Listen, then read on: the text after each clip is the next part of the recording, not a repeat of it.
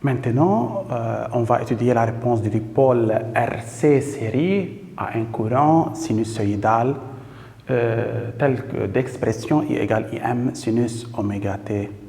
Maintenant, je veux déterminer l'amplitude de la tension aux bornes de ce dipôle en fonction des données et je veux déterminer le déphasage de la tension de ce dipôle par rapport à l'intensité du courant qui le traverse.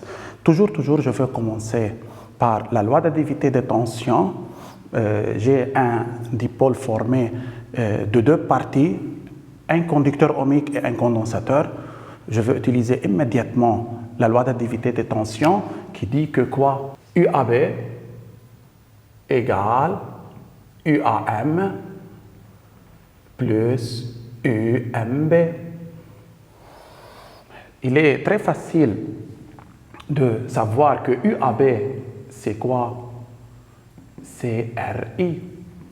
On traverse le conducteur ohmique dans le sens positif de A vers, UAM ici. UAM, c'est RI. UAM, c'est RI. C'est la tension aux bornes du conducteur ohmique. C'est plus RI. Pourquoi? Car on traverse le conducteur ohmique dans le sens positif de A vers M. Maintenant, UMB, c'est quoi? UMB, c'est... je peux mettre ici RIM, quoi? Sinus oméga t. J'ai trouvé UM en fonction du temps. UMB, c'est la tension aux bornes d'un conducteur ohmique. Comment je peux trouver cette tension? C'est quoi la tension aux bornes d'un conducteur ohmique? C'est la charge Q, la charge de l'armature M.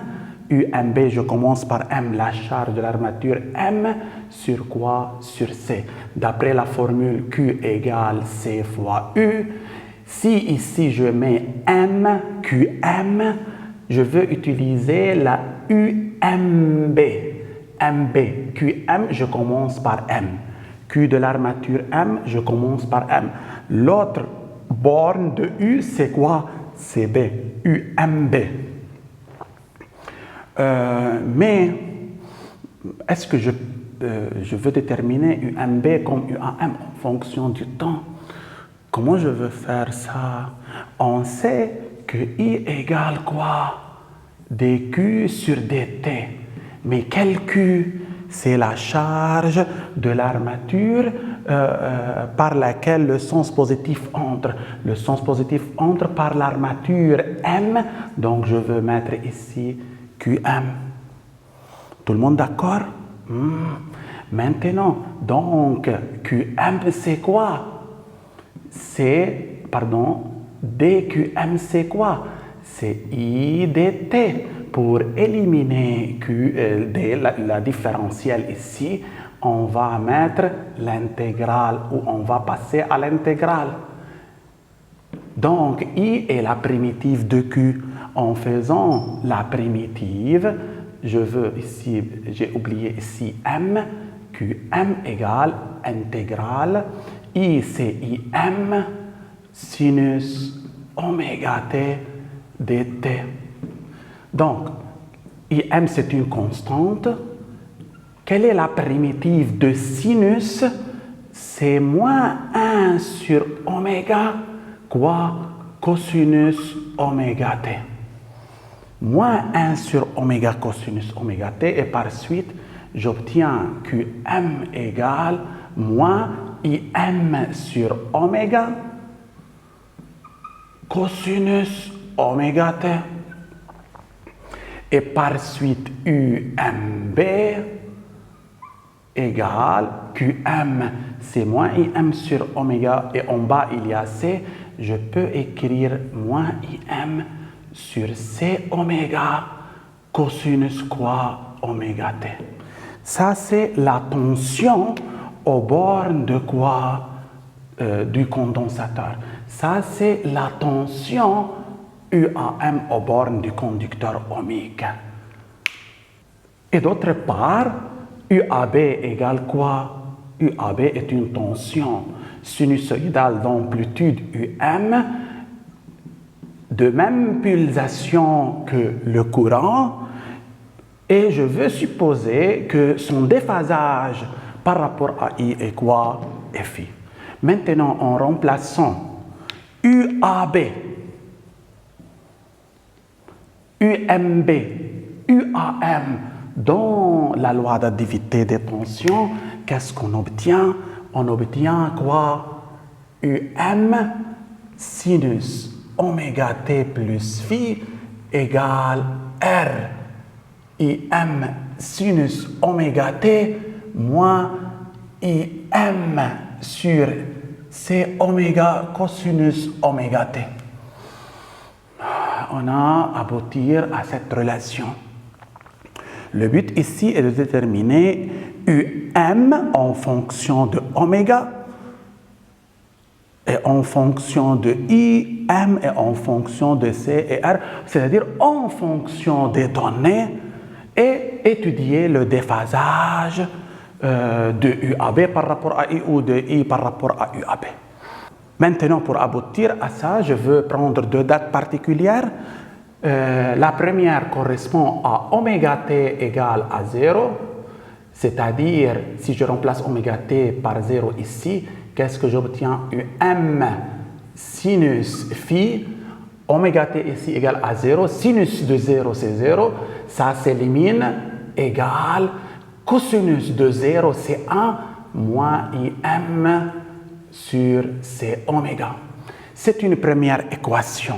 La deuxième correspond à la date telle que oméga t égale pi sur 2. Qu'est-ce que j'obtiens ici? UM sinus pi sur 2 plus phi. J'ai remplacé oméga t par pi sur 2. Ça s'élimine. Cosinus pi sur 2 c'est 0. Il en reste quoi? RIM sinus pi sur 2 c'est 1. Il en reste ici RIM. Remarquons maintenant, toujours, c'est une règle sinus pi sur 2 plus alpha, c'est cosinus alpha, et par suite, je peux remplacer ça par cosinus phi, égale quoi? Égale RIM. Maintenant, on a un système d'équations à deux inconnus, ça c'est la première équation, ça c'est la deuxième. Comment je peux déterminer UM en fonction des données et le déphasage entre I et UAB? Remarquons, je veux faire le rapport de 1 sur 2, de 1 sur 2, qu'est-ce que j'obtiens? UM sinus phi sur UM cosinus phi égale moins IM sur C oméga sur RIM.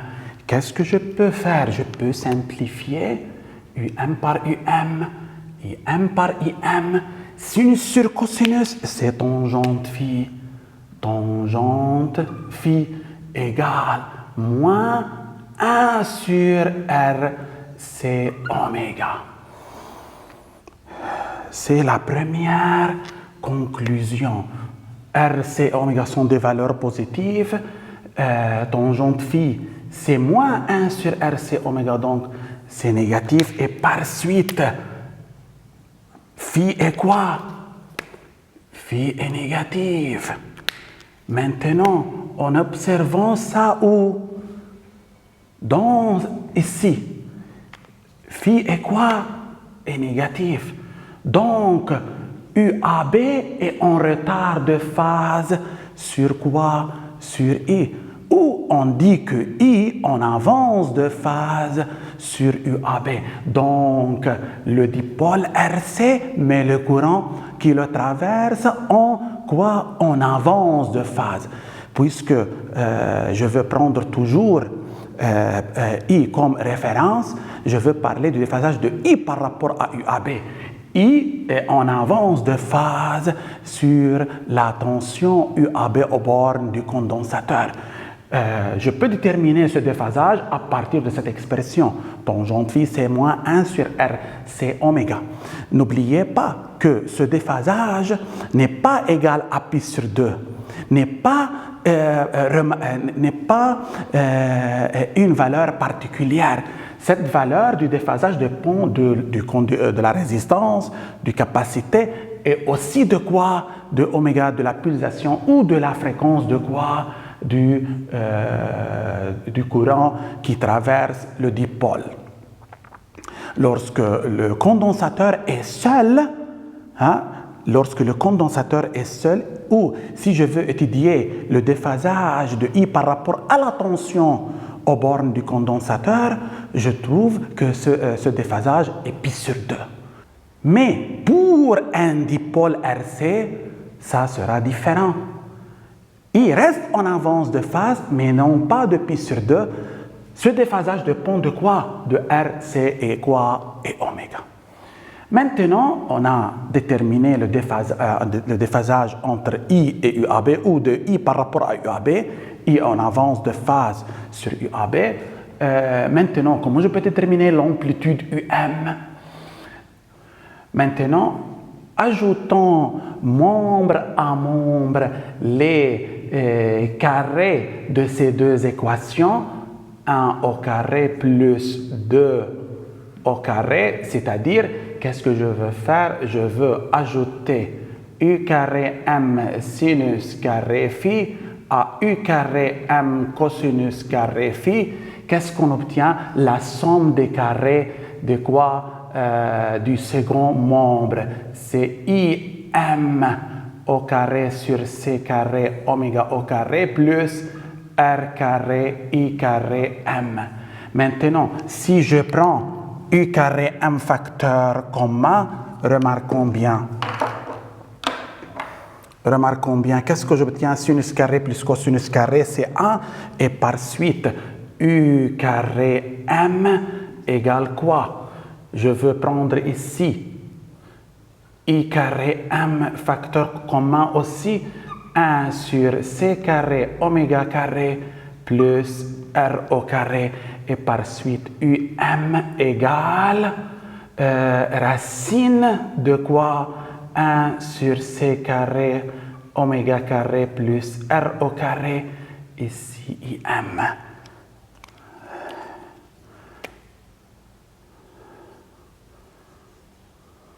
Maintenant, je peux écrire l'amplitude de I en fonction de l'amplitude de la tension UAB aux bornes du dipôle RC de cette manière.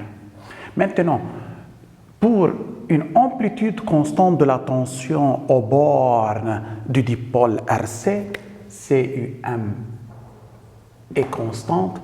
Lorsqu'on augmente la fréquence de cette tension, c'est-à-dire on a augmenté oméga, je constate que ce rapport diminue et par suite le dénominateur diminue, alors l'amplitude IM va quoi? Va augmenter. Et ça, lorsqu'on augmente quoi? Oméga. Il en est de même. Lorsqu'on fait diminuer oméga, ce rapport va augmenter et par suite le dénominateur va augmenter et par suite IM va diminuer. Donc, l'amplitude de l'intensité du courant croît et décroît en fonction de quoi? Ou varie en fonction de quoi? En fonction de oméga. Elle n'est pas quoi? Constante. Elle dépend de la fréquence de quoi? Du générateur qui délivre la tension électrique au dipôle RC. Maintenant, et généralement, on peut dire que le dipôle RC met toujours le courant en quoi? En avance de phase sur la tension entre ces bornes. Ce déphasage est différent de quoi? De pi sur 2 radians.